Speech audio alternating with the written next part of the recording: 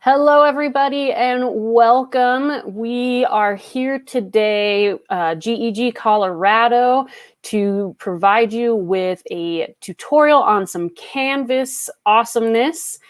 We have Erin McConnell is going to be joining us and telling us some beyond the basics stuff, so that way we can, get some good, November age tips for Canvas. As always, thank you for joining us and for being a part of GEG Colorado. And I hope that, you're able to reach out and join us on our Facebook and our Twitter and join our conversations that we're having. We try to do some Sunday share activities and everything like that. So we are happy to have you. And as a reminder, at the end, I'll be giving out a link that will get you entered for a free GEG pin that I will ship to you, as well as you can earn an hour of PD credit for attending the session. So we're going to go ahead and bring in Erin. Hi. Hello. Welcome. Thanks for Canvas coming. family. All right. So I'm going to kick my stuff out, kick your stuff in, and go ahead, take it away.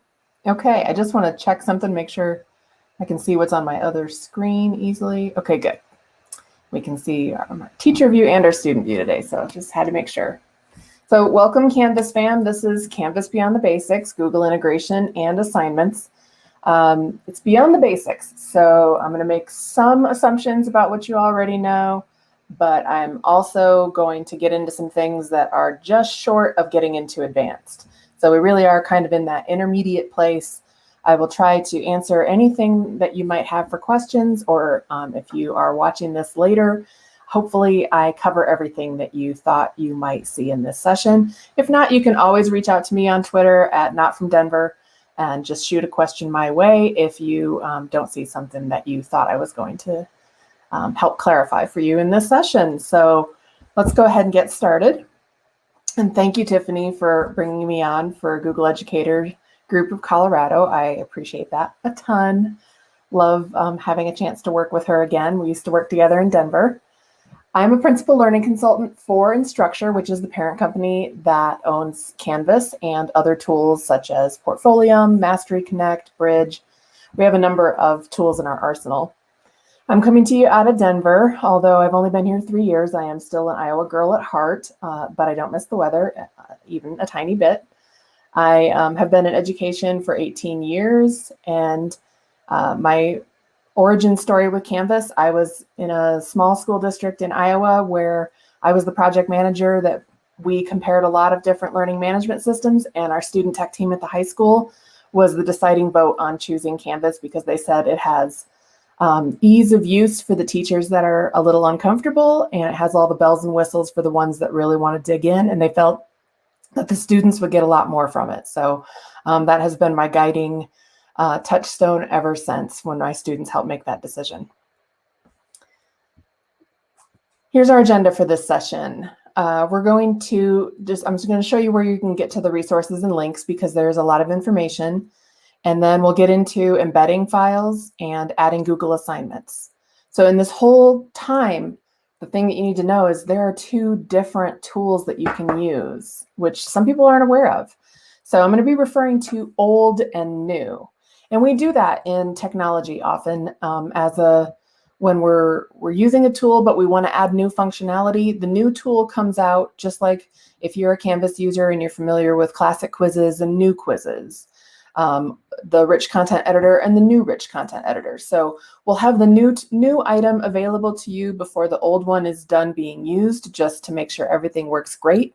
And once the new item has all of the functionality that the old one plus all of the new bells and whistles are working great, then we get rid of the old one. So I'll be able to show you, you have the choice of using either one, and actually you can play with both in the same instance if your Canvas administrator has turned them on. So I'm not going to get into what happens on the admin side. Your Canvas administrator would be the one to turn those on for you. So we're going to assume that you have both the old Canvas Cloud Assignments tool or Canvas Drive, or that you have the new LTI 1.3. So anytime you see 1.3, that's the new one. And then I'm also going to slip in my top 5 faves for Canvas at the end, and then some time for Q&A if we have any questions. So this is the slide, and I have the tiny URL on the bottom of the slide as we're going along. If you need to come back to this at all, I couldn't use the bit.ly because Tiffany took the bit.ly that had GEGCO Canvas. So I was like, I see you. I'm going to put in a tiny URL so that you can come back to this deck whenever you need to. I'm going to be giving you examples in the deck with slide screenshots, but I'm also going to take you right into Canvas and show you. So this comparison document is extremely helpful. I'm going to go ahead and open that tab that I have here. This is great from our Canvas training team, and it shows you the difference between the original Google Apps, which is the old one, and the new one, which is most commonly referred to as Google Assignments, even if you're using this app just to embed a document and not using it as an assignment. But anywhere you see the LTI 1.3. And when we refer to LTI, that's an interoperability tool. And what that means is that it's not built into Canvas, but it's a tool that talks to Canvas, and it's using the same language. And there's a common language that's agreed upon to make everything play nice together. So both of these are actually LTIs. It's just that they've added LTI in the name of the new one to make that really clear. And because it is a third-party tool, sometimes we'll see issues that I'll point out that are related to it not being built on the Canvas platform, but being built as something to work alongside of it. So that's a helpful document. I will be referring to items from that document as we go. So here's how, if you want to know the how-to or tips on adding the old items, here are some links for that. And if you want to, use the new tool, here are some links for that. Most of the items for the new tool are coming to you directly from Google. I've heard Tiffany say before, Google is the parent of all things, and they kind of have the bigger say in things. In this, they do have the bigger say on the new tool in terms of being able to give the most up-to-date information. So that's why you're going to find more information on the new one than on the old one. And then on the old one, you're mostly going to have that referring to our Canvas resources because we have been using it longer, and so we have great information on the Canvas community on that. So here is what you need to know. So in the old app, you still have it until at least September of 2021. They're never going to, move the date up. So if anything, things will get resolved and you'll be using the new one after September 2021, if not later. What you need to know about the way the old one works is that you can embed from Drive, but it only shows a partial window to the file when we're looking at it. And I'll show you the difference between the look and feel. You can add links to the file from the app instead of just embedding it. So if you want to add several links on a page in Canvas, you can do that using the old app. But with the new app, it's going to want to embed them each on separate pages. You can use any Google username if you're using the old app. So for me, I have also logged in as my pretend student with a fake Gmail, and I'm able to do that with the old app. It wouldn't work as well on the new app unless it was part of the system. So that can run into issues. It just depends on whether you allow it. So with the new one, you can still allow the use of any Google username if you allow your students to do that, but you can also restrict it in the new one. Drive files are editable in Canvas with the old app, meaning that you have the full editing toolbar at the top of the page when you are looking at anything that you put into Canvas from Drive if you're the editor. And you can use the Canvas collaborations tool where you can use collaborations from the course navigation and be able to build a file, a doc, a sheet, or a presentation, so slides, that you can assign to a set of students and make them collaborators on it where you're still the owner of it. So that's a really awesome tool that does fall into the just beyond the basics into advanced. So we're not going to get into collaborations today. I just want you to know collaborations is available on the old one, but you're not able to use the new Drive app for collaborations yet. It will be coming. On the new one, so it just came out in August 2020. This is still just, a little baby of a tool that people are still getting to know. I had to do a lot of work to get to know this a little better before we came on today because I wanted to make sure I was as up to date as possible in case some new feature was resolved. What happens is it gives you an embedded file from Drive that's static. So you no longer have those editing tools at the top of the page, and it makes it so it's automatically shareable to all viewers. And it will let you embed non-Google Drive files. So if you have PDFs and videos in your Drive, you can use this new app to be able to embed those as well. Instructors are required to have a Google for EDU account, so it does require the instructor to have the account that is organized by your Canvas administrator for your district or your school. But they can still require or give the choice for students. So all of that will also be true for the assignments, but I just wanted to get that out there first off about embedding documents. So we're starting about the documents first. So let's start in that area of embedding or linking Drive files into your Canvas instance in your course. So using the old app, and forgive me if I continue to refer to it as the old app and you're like, I know which one, but I just want to make sure because sometimes they're not labeled as old and new. So I'm just trying to reinforce that the language does change. So here are instructions with the screenshot. I'm going to go ahead and just jump right into my course and show you how to embed a Drive file using the old app. So in my course that I have here, I already have one. So I'll show you what it looks like in the end, and then I'll go back and show you how to do it. So if I embed a Google Doc, and I didn't have to tell it to authorize, it shows it. But see how I'm super full screen. Now I'm on a really ginormous screen because this is my job. But if you were on a normal screen, even still, you can see that it has scrollability from left to right. You can't really see everything. You can scroll to be able to see it, but you can't really see everything very well here. And because I'm the editor, I have access to all of the editing tools. So I'm going to show you how I would add this type of document. And I did link this document in the speaker notes of the slide deck, because this course evaluation checklist 2.0, if you have not had your eyes on this, this is just an amazing tool to be able to talk about what you are expecting in your Canvas courses. So, or a self-reflection. So don't let it overwhelm you. I'm going to be referring to it because I'm going to use the same document over and over to show you the difference. So this is what it looks like on the old one, and I'll show you how easy it is to add it.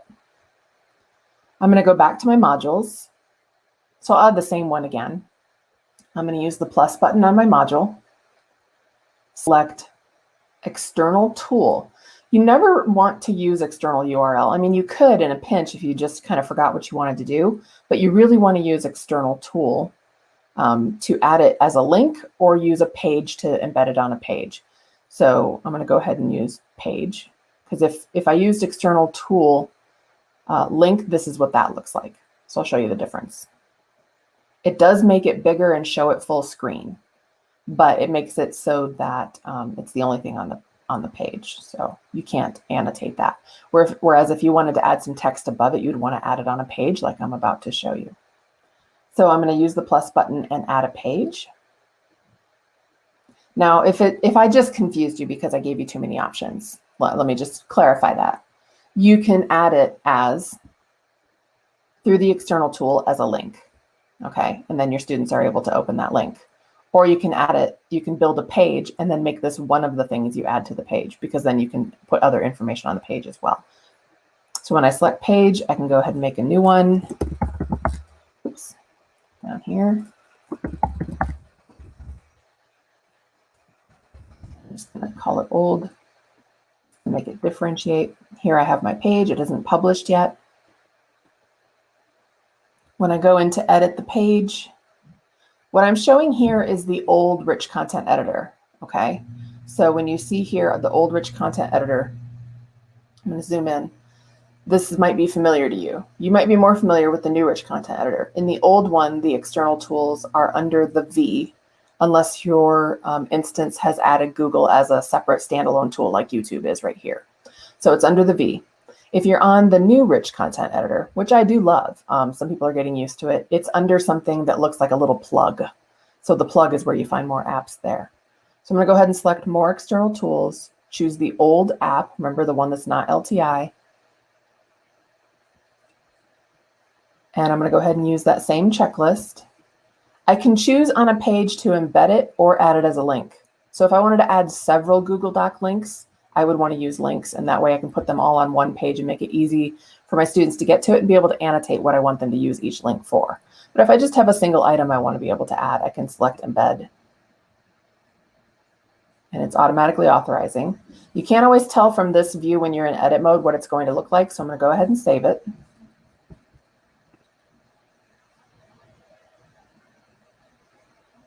So this is what the old version looks like when you add it to a page, but I can annotate this page, so I could add more information to the page.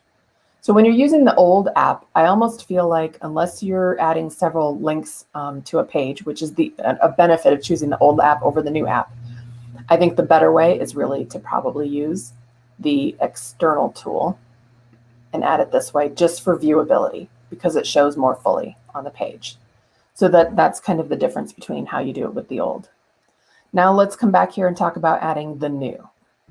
Okay, so now if we're embedding Drive files using the new Google Drive LTI 1.3, I have screenshots here as well if you need to come back to this, but I'll go ahead and I'm not much for talking through my screenshots. I'd rather just show you. I'm kind of a hands-on kind of gal. So let's go over here to modules. And I have a separate module for the new app. So I'll show you the difference on the external link here.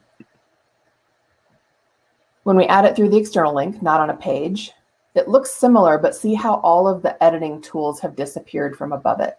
So even though I'm the editor of this document, because I have a copy of it, of this template in my Drive, I cannot edit it. So with the new LTI, you need to know that it makes it a static document. So that's one thing that you need to know.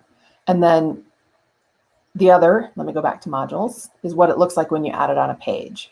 So when I add it on a page, it looks like this. Very similar, but it makes it a little smaller over here on the left. So it's kind of funny how both of the items, when you add them on the page, make them a little smaller because you can add other items to the page. But when both of them are in as an external tool, it shows it larger. So you can embed anything from that way. And same with anything else that you have. So slides, spreadsheets, any of those kind of items. Okay, so I am going to come back here to modules and just show you how to add with the new one. It's similar, but it is a little bit different. So I'll go through the same steps that I did with this one, but using the new LTI tool instead. So I'm going to select on the plus button on the module. So just zooming in here, put this gray plus button here on the module name. And I'll go ahead and select page, new page, and Google Doc embed. Have to talk to myself while I do it, or it just wouldn't be normal tech work now, would it? All right, so now when I select this page and I go into editing mode up here on the top right, then from here, again, I'm going to the blue V for external tools if I'm in the old content editor, the regular content editor. If I'm in the new rich content editor, it's under the plug. When I select on that, I can choose Google Drive LTI 1.3, and we'll see what the new version looks like. So slightly different steps. You can see it has a newer interface when we're selecting. If you seems to think that you have more than one Google account associated, or it's confused about which Google account it wants to pull from, make sure you choose the correct one and then select file. This gives me this interface to choose the file that I want. I'm going to go ahead and choose the same. I want to keep choosing the same document just to not confuse you about how the look changes.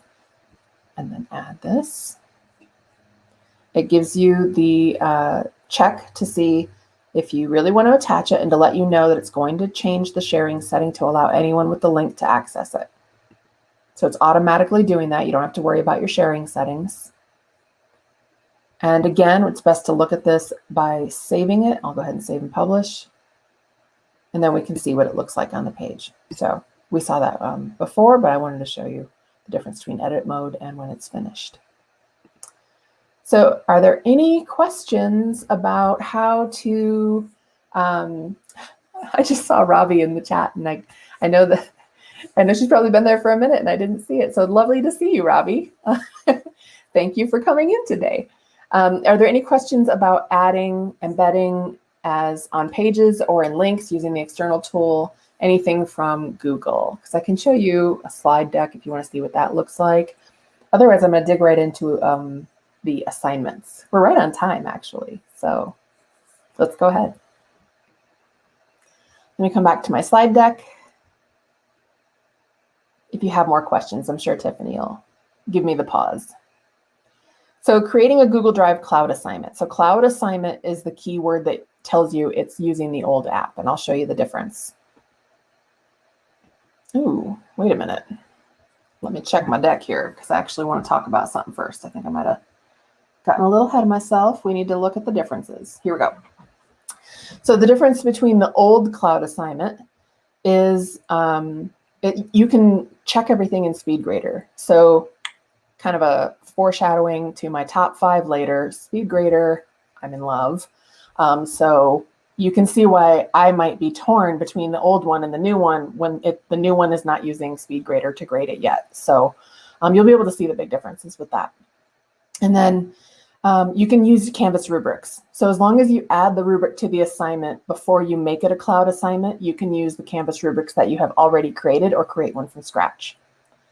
And the way this works is that it makes a PDF of the file at the moment of the submission. So it doesn't care that it came from Google. It's just going to take that file and make a PDF of it, whatever kind of file it is, and show it to you in SpeedGrader.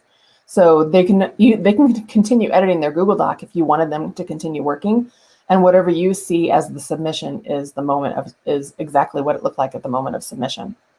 Whereas on the new Google assignments, you're going to do your grading in the Google Doc interface. So it's not in SpeedGrader yet. That makes it difficult for some people that try to be consistent about their grading. So that's an issue that is coming. I mean, this is, like I said, still a little baby tool, but they're going to be working on that because they hear loud and clear that that's an issue. But you might like the doc interface for giving comments. That's something you might prefer. And you do have a benefit of being able to interact with the student files by accessing them in the Drive using this tool. So on the old tool, it doesn't give you a copy of the file in Drive. It gives the student a copy, it gives each of them a copy, but it doesn't give you a copy. So in Google Assignments, it does. That's something that's matching closer to Google Classroom when it makes a copy for each student, and actually closer to Schoology for that matter, if you're of that LMS crowd, which I know some of you are. The another thing with the new one is that it creates comment banks. Comment banks are handy. So if that's like a deal breaker for you, that could be something awesome.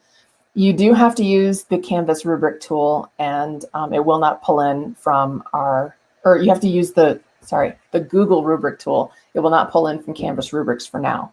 So if you've gone to all the work of making your rubrics in Canvas, you would have to go do that again at this time unless you wait for that to be resolved later. There is a citation and plagiarism checker, but it only lets you do 5 of them in the course. So it's very beta and very freemium at this time. You'd have to pay to have full access. So if your school is already using something like Turnitin or another paid third-party plagiarism checker, you can use that on the old Drive assignments. So keep that in mind. You can also need to know that the student loses ownership of editing when it's submitted until it gets returned. So that works similar to other LMSs as well.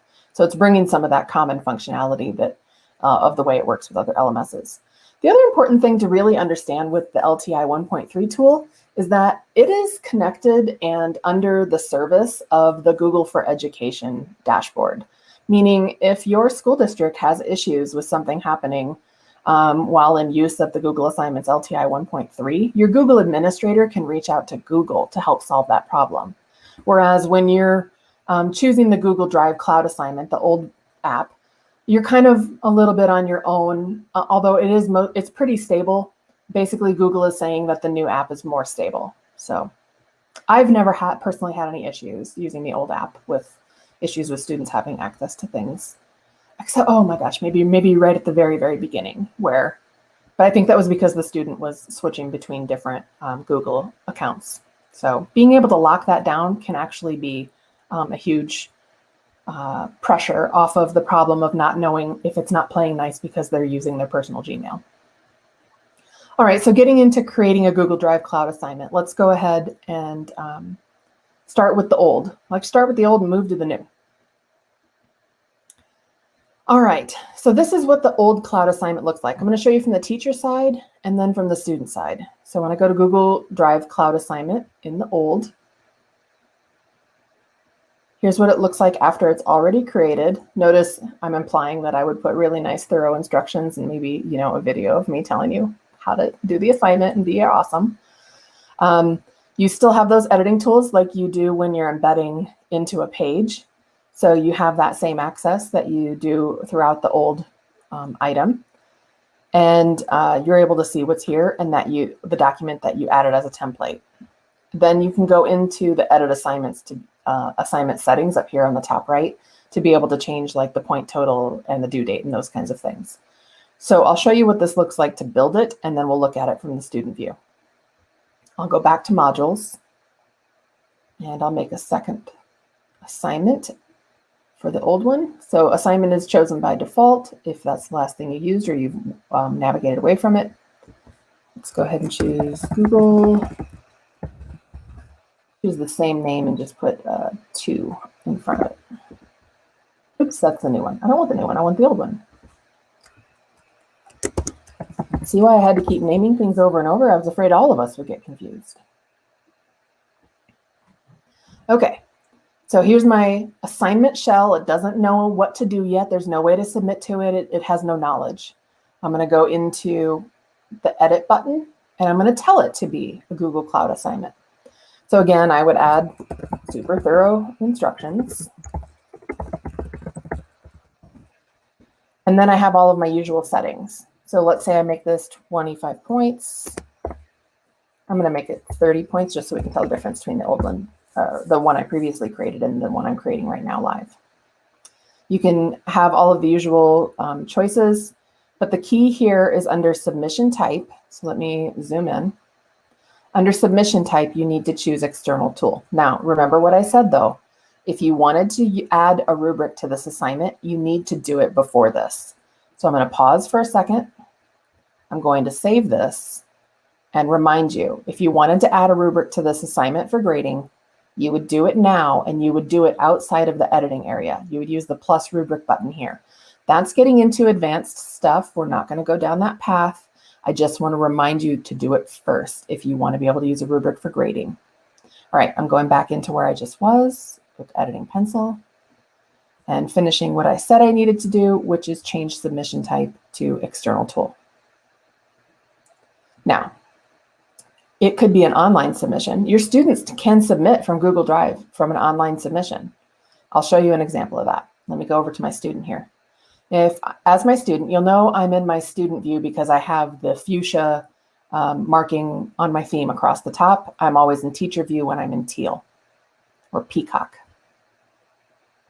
So I'm going to come into this physical science class and go into a module to submit an assignment. So let's say I choose this assignment here. This assignment is not an external tool. Its submission is a text entry, web URL, media recording, or a file upload. This is what happens when you choose online and give them all of those choices to be able to submit. But what you need to know is with this type of submission, when the student submits the assignment, they have access to their Google Drive from here in several ways. So they can get to it through the new tool, the old tool. Like there are several ways here they can get to their Google Drive and submit it without you saying this is a Google Cloud assignment. The differentiation is by using the Google app to make a cloud assignment, you're taking a template and making a copy for every student. This is just them being able to submit any files that they want, and they can submit multiple files to you. So if you didn't give them any kind of template, they always have the option when you choose online submission to choose doc or drive from here.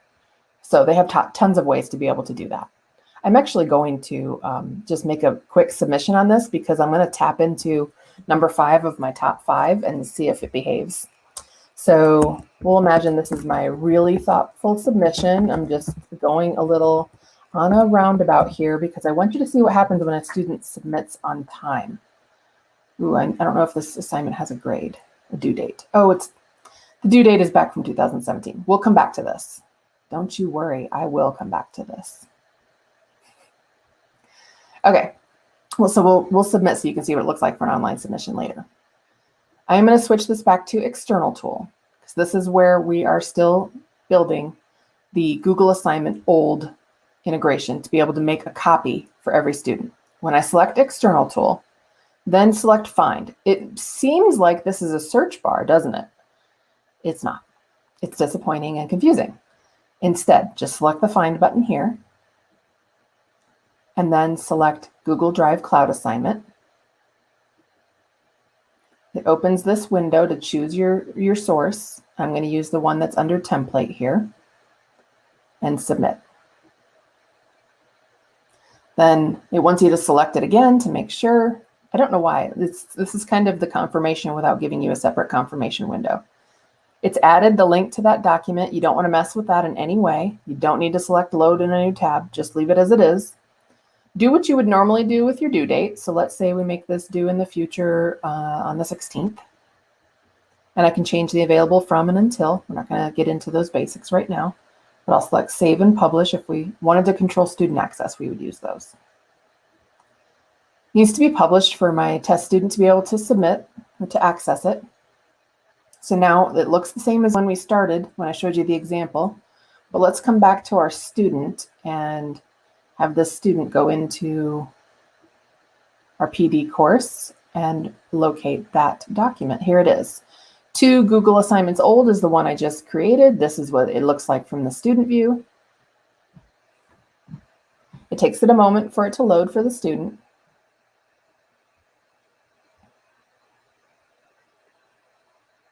And here's the document for the student. For them to be able to make their copy, they can select on this link here. It does not do that thing that some other learning management systems do by putting their name in up here, but you will be able to see their name when they submit it in the gradebook and in SpeedGrader. So if you want to tell your students to add their name there, you can, depending on the grade level of how important that is. So now the student has full access to this. If this were something that that I wanted them to complete and add notes to, I could, say, hey, you need to add some comments, that kind of thing. They could do that and then cancel. So if this is what you want them to use, this is also how it looks in their drive. So when I refresh this drive window, we'll see that it has a folder for my instance, and there is the new document for the student. The student sees it, but I will not as the instructor. It will not create a folder for me. If I refresh here, this is the new version. It's not going to have that one in there. All right, we have gone back and forth between old, new, old, new. We're going to keep going and make sure that if you have questions, you can ask. So we're still on assignments, but now we're going to talk about what it looks like when you add the new assignment. And then we'll probably have our students submit it. Let's go ahead and have our students submit this old one. So not that, this one. And when they select the submit button here, maybe we'll get our celebration here, my number 5 on my top 5.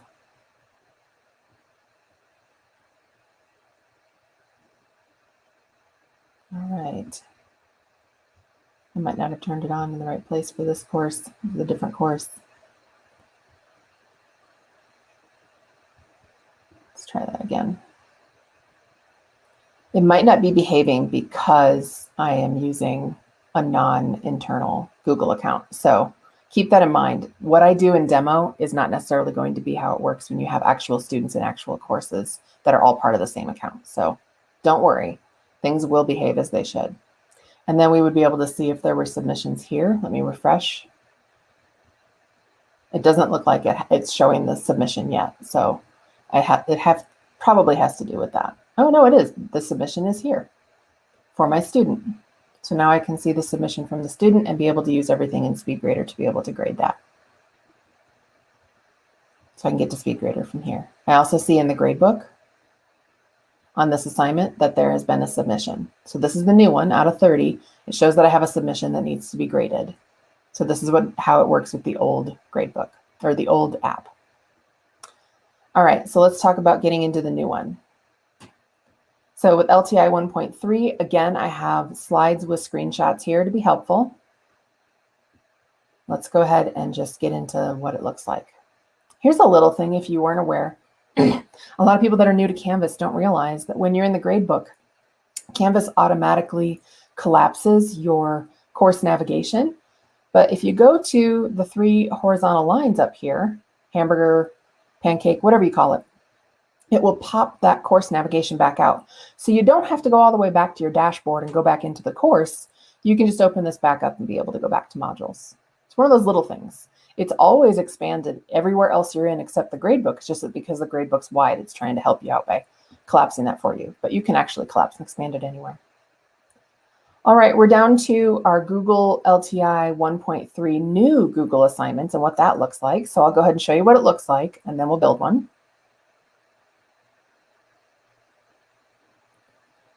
So you can see it's a completely different interface. It doesn't even show us the edit assignment settings from here. We can, but most people build it from here first. So first off, I've made it so that it was worth 25 points. I gave it a due date. I'm not using the rubric or the plagiarism checker in here, but I can add the Google assignment has been added to it. And then I can go to the edit assignment settings up here. So this is the LTI tool in place. This is the Canvas platform that this assignment lives on in Canvas assignments, where we see that I added it here and added the due date. And I made sure that my points match. You always, always, always have to make sure, especially if you're using an external tool, that the points match between the external tool and Canvas. Otherwise, it creates really janky grading problems. So let's build this from scratch. I'm going to go back into my modules.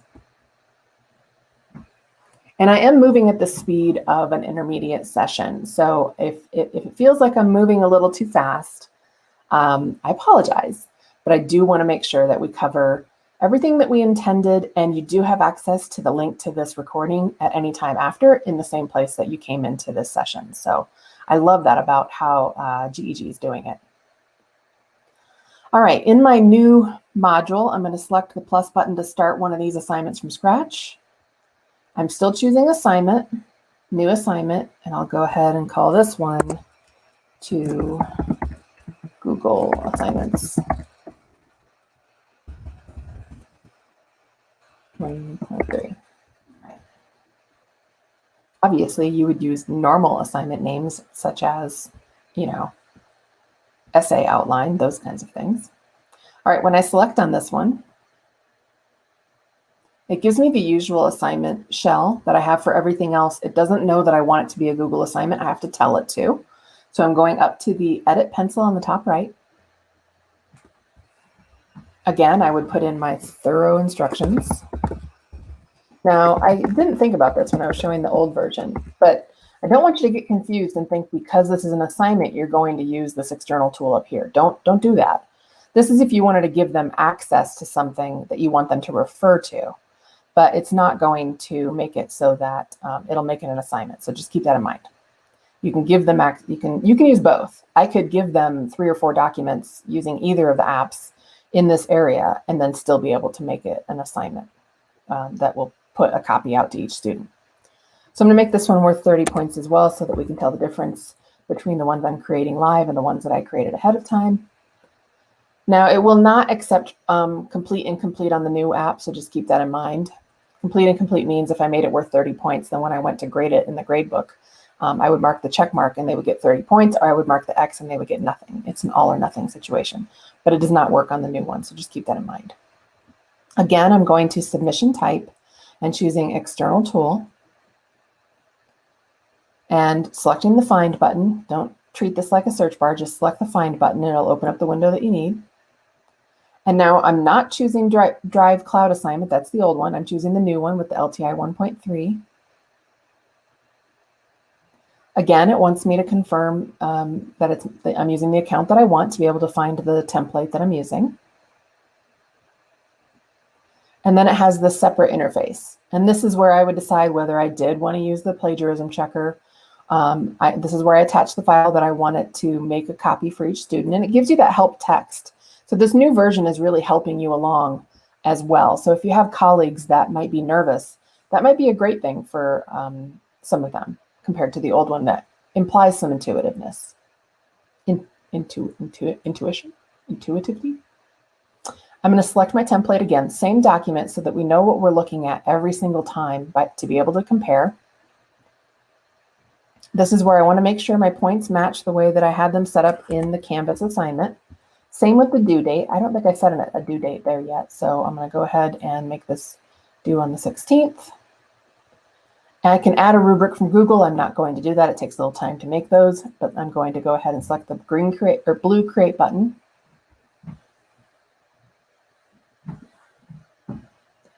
And I didn't click anything. It just realized that, yes, we all agreed to everything. Again, it's giving me that confirmation to select to confirm it. And now that's in place. I still have the chance to set the due date. Make sure your points and your due dates match. Don't create discrepancies. It's confusing for your students and frustrating for everyone. Now, when I save and publish, Google Assignment 1.3, let's see what this looks like from the student view. So this student is going to go back to the home page of this course, or they can go to modules, either one. Go to that Google Assignments 1.3. And this is something you need to know about Google, Canvas, is that it gives students several ways to get to completing work. So sometimes instructors can feel frustrated that they can't control that a little bit more, but some of your students in the room will want to use the home page if it's the syllabus, which this is. Normally there would be a syllabus above here, and use the course summary to get to things. They may be using their to-do list over on the right, or they may be using modules as you intend. So keep that in mind when it comes time for them to submit. It's going to take a moment for it to load. It wants my fake student, Vera, to be confirmed. So I'll go ahead and link as the student and agree. Yes, yes, yes. You can own my life between Canvas and Google. Go for it. Please make folders for me. Make documents for me. Help make my life easier to be able to submit things on time to my teacher and submit revisions after the fact. So it's giving permission to do all of those things. And now that it's done that, it's giving me, it created that file. So as soon as this student selected the assignment and told it to connect it to their Google account, two things happened. If we come back to the drive, oops, let me come back here. We see that there's now a folder called Assignments. This is referring to the Assignments 1.3. When I double click on it, it shows the courses. So Vera, my fake student, is also enrolled in multimedia learning and has some items there. But PD course is the one that I've been working out of. And now we can see the one that I created beforehand and the one that I just created. If I switch this to list, we can see the different times that those have been created for the student. Oh, they're both saying me though.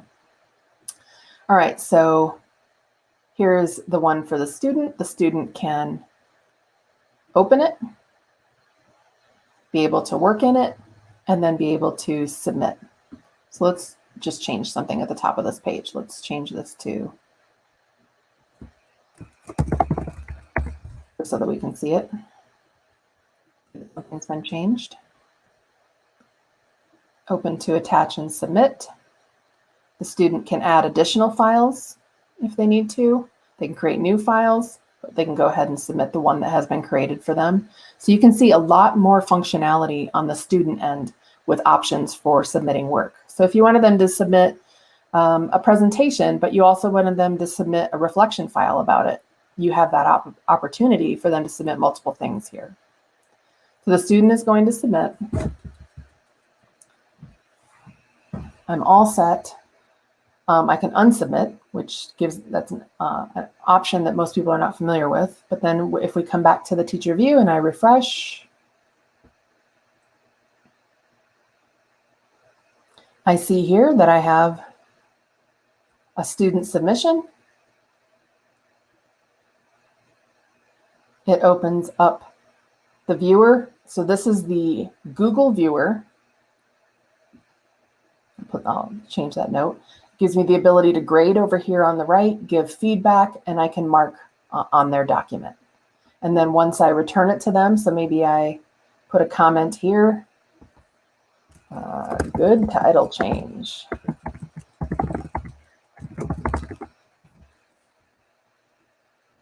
And then I return it to the student. We'll imagine I'm a better teacher than this, but just for time's sake, we'll return it to the student right now. Oh, I didn't give it a grade though. So clearly I probably want them to do more. Then if we come back to the student view and refresh, the student sees that it's there and that it's been returned to them and that there is a comment on it. So they can see all of that from their view. However, from the teacher view, let's go back to the assignment here. I'm going to zoom back out. If I went to SpeedGrader in this new 1.3, the document is not showing here. It shows that there has been a submission, but the document is not showing here. So keep that in mind, that it does not show up in SpeedGrader. And here's what it looks like in grades. So we're looking at the one called 2 Google Assignments 1.3 in the gradebook as the teacher. Let me make this wider. It shows the assignment here, but if we went to SpeedGrader, we wouldn't be able to grade it. So keep that in mind. This score will show up when I score it in the viewer here. So from here, if I were to put in a score of 25 out of 30 and return it to the student, and there's more to this. I'm not even showing everything. There's more to dig around in and play with. Definitely always a good idea when trying something like this. Choose a low stakes assignment to do with your students, something fun, something a get to know you type of item, and play with how this works. Talk to them about how they like it. And look, the score shows up in the gradebook. So even though you can't grade through SpeedGrader, you can grade through the Canvas Google interface for scoring, and it will show up here. So keep that in mind. If I go to the single student and open up the sidebar, we don't see the comments. So because the comments are outside of Canvas, the comments don't show up here in Google, but you can always go back to the assignment and see the comments here or overall a comment. So let me add an overall comment here. Let's see if that transfers. Forgot that the one I put in before was a comment on the document, not a comment on the grade. Two different things. Let's refresh and see if it will show me the comment here, if it came over with the score. It did not, so just keep that in mind. Thanks for being patient while I tested that out right in front of you. That's what we're here for, learning together. All right, so we've also talked about the submissions and grading of what that looks like for students. Again, you have these to refer back to in the slide deck.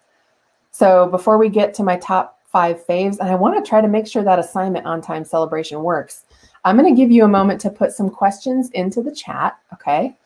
Put your questions into the chat, and I am going to, while you're doing that, I'll give it just to see if there are any there.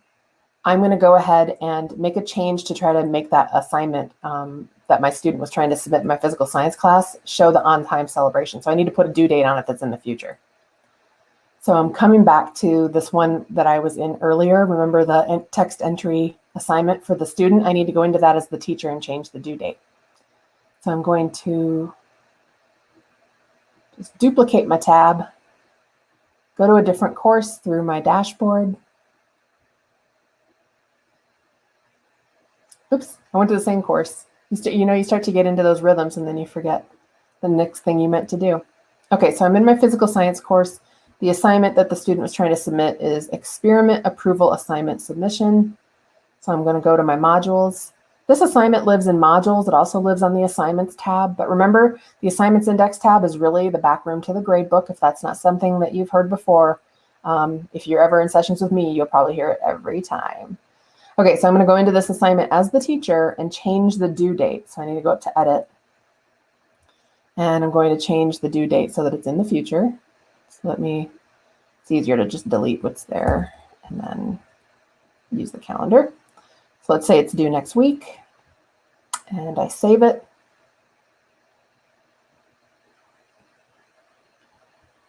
Then when I come back as the student and refresh, I'll see a new due date instead of 2017 when that course was created.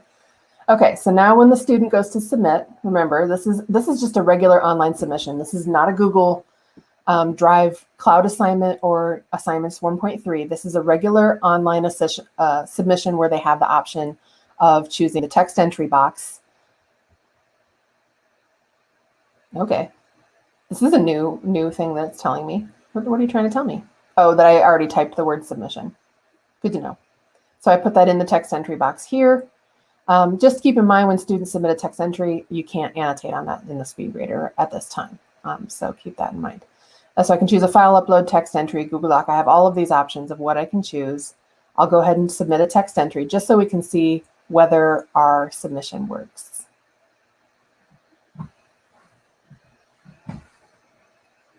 Look at the celebration. Did you see it? I hope you saw it. I hope you saw the celebration. It's so fun. It's so fun and fantastic. And it's different every time. So actually, let me go ahead and see. Let me see if I can replicate that. You got to see it again. Let me go to another assignment, and I'm going to have the students submit that one. So I'm going to go to the one right below, the scientific method tutorial creation. Let's do that one and give that a due date so you can see it again, because it really is a top 5. You got to see this thing. It's and they in the spring when things were crazy, they let students submit for the ability, like they could submit, anybody, students, teachers, anybody could submit other possible confetti options. So sometimes it's little ninjas or pizzas, or I mean, it just has so many possibilities of what it can be. So here we go, making sure this counts towards a grade, giving it a,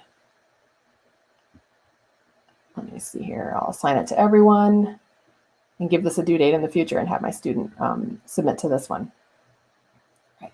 Make sure I didn't miss anything in my exuberance. So we're doing the extension, the scientific method tutorial creation. And then we'll go to our student and go to modules and choose that same one. Scientific method, oops, let's make sure it's published in the module.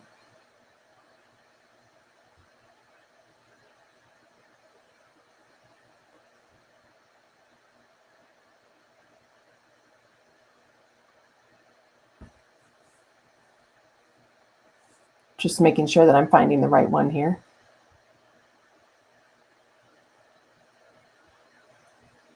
Let's see here.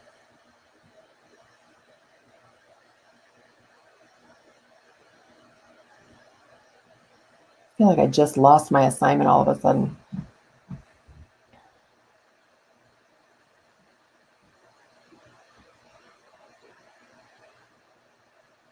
Oh, I know where they'll find it. It's going to show up on their to-do list. Here we go. It's an extension activity. All right, let's submit again and see if we get our fancy submission. So I'll do text entry just to keep it fast. And when I select the blue submit assignment, there we go, rocket ships and confetti. So yeah, if you didn't love that, I hope you do now, because it really is cool. And what's sad is that some places turn it off. So number 5 on my top 5 faves is the assignment on time celebrations. And we even suggest higher ed. Everybody loves a celebration and stickers. So if you're turning in on time, we have students across the world on Twitter that say the thing that keeps them going is being able to submit and getting the celebrations when they submit on time. It's what keeps them on track. I did check to see in the chat if there were any questions that I was missing. I didn't see any, so I'm going to go ahead and finish my 4, 3, 2, 1. So number 4 on my top 5 faves is message students who. So if I come into, I'm going to go into that physical science class because it has some more student data than the PD course I've been using. And I go to my gradebook. There are 2 different places you can do this now, but the gradebook is key.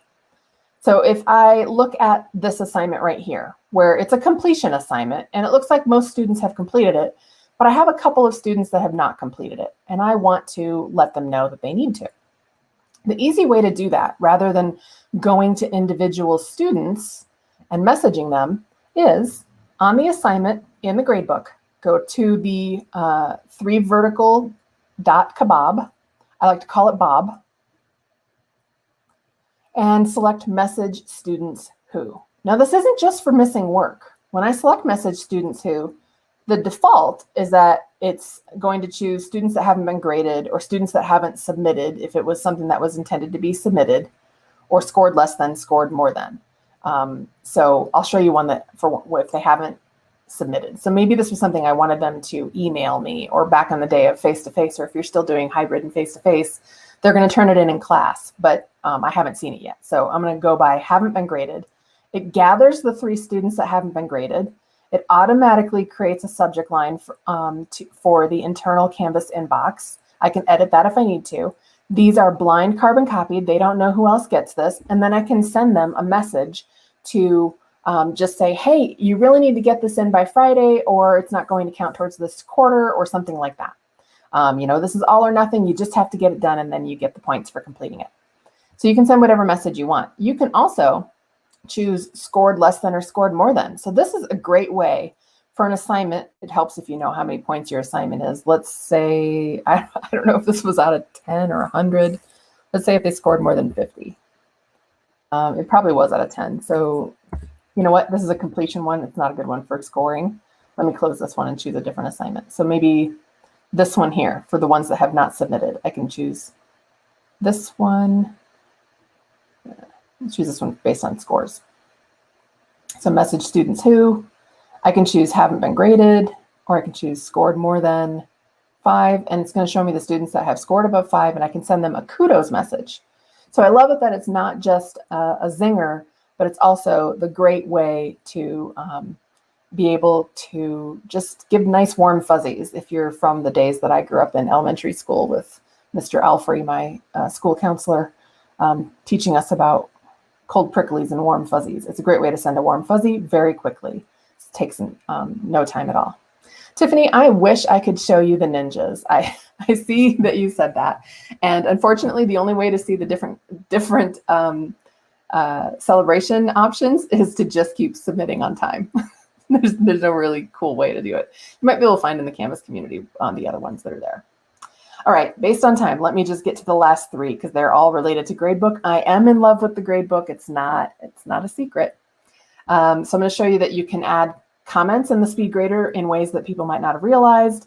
We have a gradebook missing policy and gradebook view customization. So let me go there last and show those very quickly. Oops, I didn't mean to go into student mode. Okay, so in the gradebook, if I wanted to add comments to student submissions, so we'll use this assignment and go into SpeedGrader.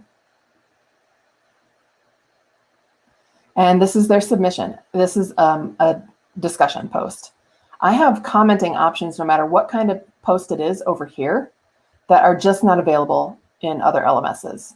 And one is the ability to use the media comment. I can select on that and tell it to allow my microphone and my camera. It's going to bring up the internal Canvas recorder. I think this is reading, this is reading from this camera over here. And I could actually on webcam tell it to pick the other one. So there we go. And then I can also choose no webcam if you want to make it audio. So if you have students where you want to give a whole lot of comments and you don't want to do a whole lot of typing, you can do an audio or an audio with video recording. This is also great for language learners. I have a lot of places that use it for their ASL feedback for students that are learning to become ASL certified. So you can do a lot of things with these media comments. And the nice thing about media comments, students can't skim them. They need to listen or watch from beginning to end to catch everything. Whereas you might have typed 100 words and they only read like 6 of them. Now, if you do prefer to type and not do media, one thing that's great is if you are logged into Google Chrome, which is the preferred browser for full functionality of Canvas, you have the speech recognition tool. So even though we don't have canned responses available here, you do have the speech recognition tool, and it's quite accurate. When I select to record, I just remembered that I like to start with the word I because it never capitalizes the first word, period. I can continue on and be able to edit it over in the commenting window, period. Here it is over here where I can add other types of comments to it. And I can change, fix anything that was wrong. If you're a teacher of a world language, so Robbie that's in the room was a Spanish teacher, if she wanted to be able to give feedback using this in Spanish, she would just need to go into Google and change her language to Spanish, and it would be able to capture the voice capture of the comment using Spanish. So that's extremely helpful. I'm going to go back to the gradebook because I want to show you the last couple of things in our last minute. And those are the ability, like, look at how much, oops, sorry. I was trying to scroll here. Look at how much gradebook I have. That's a lot happening. You need to use, oops, my 3 fingers and my 4 fingers on my Mac are getting a little confused on my bar. Use the View tab to be able to filter your gradebook. So you can filter by a number of different things, by content or by students. And then if I bring this down to just my quizzes, look at how much easier it is to see what I have here, or just my science assignments. I can see those easier, or just my labs. So the filters under View are extremely helpful, and the other one is statuses. If you notice that we were seeing color-coded statuses there, so if I show all assignment groups, you see this is color-coded, that is the statuses area here. So if you are looking at statuses, you can custom color code what those statuses mean, and most of those are related to online submissions with a specific due date. So you gotta give it that at least.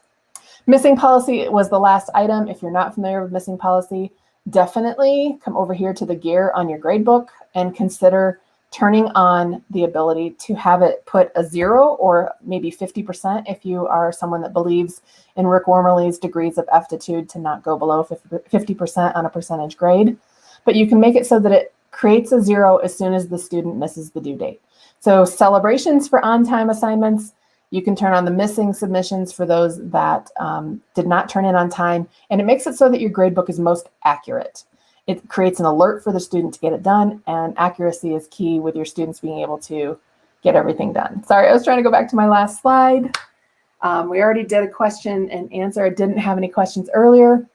If you do have questions, I can stick around for a little bit, but I think I'm going to give it back to Tiffany more than likely. That was awesome. Thank you, Erin. That was really fun.